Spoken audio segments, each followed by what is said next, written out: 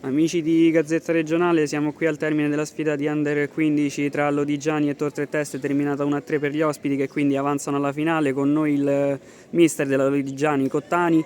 Mister, un approccio difficoltoso da parte dei tuoi, però dopo il gol hanno saputo reagire, avete creato tanto nel primo tempo, anche il secondo nella ripresa avete fatto comunque una buonissima prestazione nonostante il risultato. Sì, c'è un po' di rammarico per l'approccio, come tu hai detto, però parlare di rammarico appunto è sbagliato, perché a me piange il cuore solo per loro, perché dopo un anno del genere, dopo una prestazione come hai detto tu del genere, probabilmente non meritavamo questo risultato, però il calcio è fatto anche di questo, è fatto di episodi. Bravi loro, perché individualmente hanno mostrato in alcuni punti della gara di essere veramente veramente pronti. Bravi anche noi, perché poi in una semifinale può vincere la Lodigiani, può vincere la Tor Tre Teste, e oggi hanno vinto loro, però io sono sicuro che questo gruppo, questi ragazzi avranno un futuro più che roseo, perché se lo meritano. La reazione a fine gara lo testimonia, insomma. È proprio questo che le volevo chiedere. Da allenatore penso la cosa più bella è vedere la reazione sia in campo dei tuoi ragazzi, perché poi non si sono lasciati abbattere dal risultato, sia poi quanto è successo a fine partita. Sì, ma perché sono ragazzi che ci tengono, è dal 18 agosto che noi,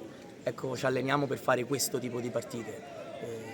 Alle volte dice bene, alle volte dice male. Oggi ha detto male, è giusto, si ringrazia l'avversario, si accetta la sconfitta e si prova ogni giorno poi a migliorarsi e ricominciare, si ricomincia sempre. Perfetto, grazie mister, in bocca al lupo.